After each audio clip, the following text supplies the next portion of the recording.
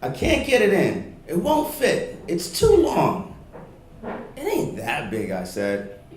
You ever tried parallel parking in DC on downtown? My wife and I, we shared a car, a Chrysler 300M. You know, it's kind of big, and the parking thing was always an issue. So we did our normal dance. She jumps over the other side. I come around and park the car. I want to get a second car. You know, you can't really have two cars in DC. So how about this? We'll sell my car, and you get what you want. I'll ride my bike. You? The one who drives 2 blocks to 7-Eleven, who drives to the gym? Now, I was raised in the Bronx, so you don't go anywhere solo, and this idea, the new DC, hadn't really grown on me yet. So we're in the last embers of our marriage. Now, it wasn't all about the car. No, she would definitely tell you differently. The axe forgets, the tree remembers. It was about the bike, yeah, it was the bike. So you go about this process of, divvying up your friends, paying lawyer bills, and kind of trying to figure out who you are. And I decided that I want to get back into cycling. So I'm from the Bronx, grew up in the 80s in the cauldron of hip hop. And some of you remember the fad that was going to come right after hip hop, BMX bikes. Now, I still can't jump over the Sunday Vapor, but I loved going long distances, like 10 miles, to City Island or so in New York. Not Coney Island. Coney Island has the wooden roller coaster. That's a little further out, but City Island, like 10 miles or so. So I figured I'll win the divorce by riding the bike. And not just riding it normally. I'd ride the bike from San Francisco to LA. So that's like DC to New York and back, right? So I was about 40 pounds heavier than the person you see today, because divorce does that to you. So I needed to train. So what I would do is I would ride inside during the week, and then on the weekends I would ride outside. All I need in this life of sin is me and my girlfriend. I'd put that Tupac song on repeat. No, not talking about a girl, because they were still scary. My bike, me and my bike, that's what we would do. So it took me a while to save up, but finally got out to San Francisco, jumped on the BART, and turned on my bike computer. So first day, San Francisco, down to Santa Cruz, along the coast, pretty flat, easy peasy. So I'm jostling with my bike computer. It has a little GPS, and it won't give me street signs. It's only giving me an arrow. And the next thing I knew, down I go. I have a bloody ankle, knee, my wheel got stuck in the trolley tracks. This was not good. I can hear my ex-wife's voice. Told you so. Well, I get back up, and with the arrow along with some street signs, I figure I'll get to Santa Cruz somehow. So about 2 hours later, I end up in Palo Alto.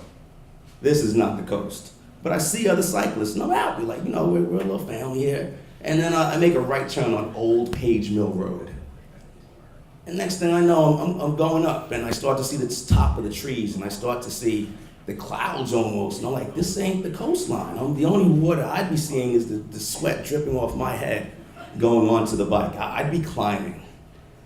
Well, there were some people going downhill, like, zoom, zoom, so people going down. So finally someone stopped, and he said, dude, what are you doing? Well, my wife said if I couldn't ride the bike from, every day, so she would win the divorce, so I got to ride the bike from San Fran to LA. It's like, we only use this hill for descending practice. No one goes up. And I said, am I close to the top, almost there? And I processed his blank stare as a polite way of saying no.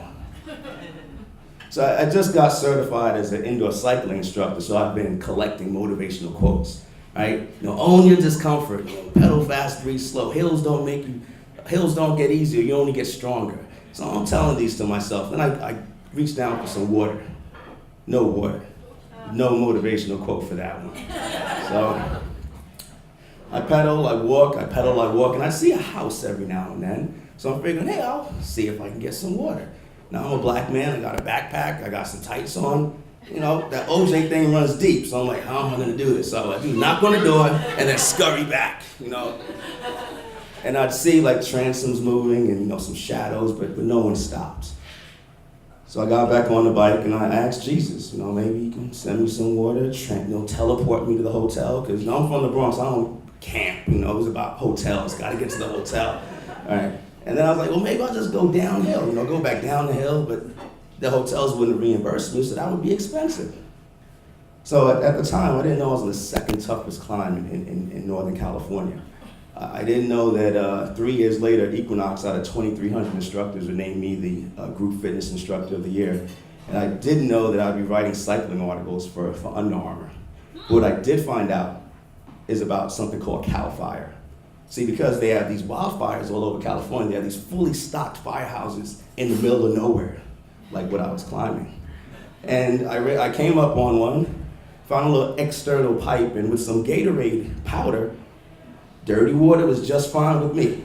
So filled up, and I kept on going.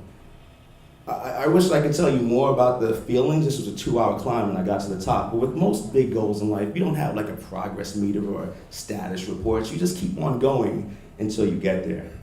So when I got to the top, recognizable by all of the people taking selfies, I stopped, took a picture, and then descended down into Santa Cruz. All right, got some real water, all was good. So took a shower, got some food, and I got to the roller coaster. Some of you may know the roller coaster. It's right on the beach. It's just gorgeous. One of the top 10 wooden roller coasters in the world. But when I got on the line, I didn't feel victorious anymore. It wasn't about defeating my ex-wife. It was really about me and the bike. And that's when it hit me. I'd become a bike sexual. My happiness came from this bike. And even though I wanted it to be on that roller coaster, it was really about the bike. So I went back, spent some time with the bike, wiped it up, and I did make it to LA. And the best part about the trip, 6 days, 550 miles, and never once did it complain about it being too long. Thank you.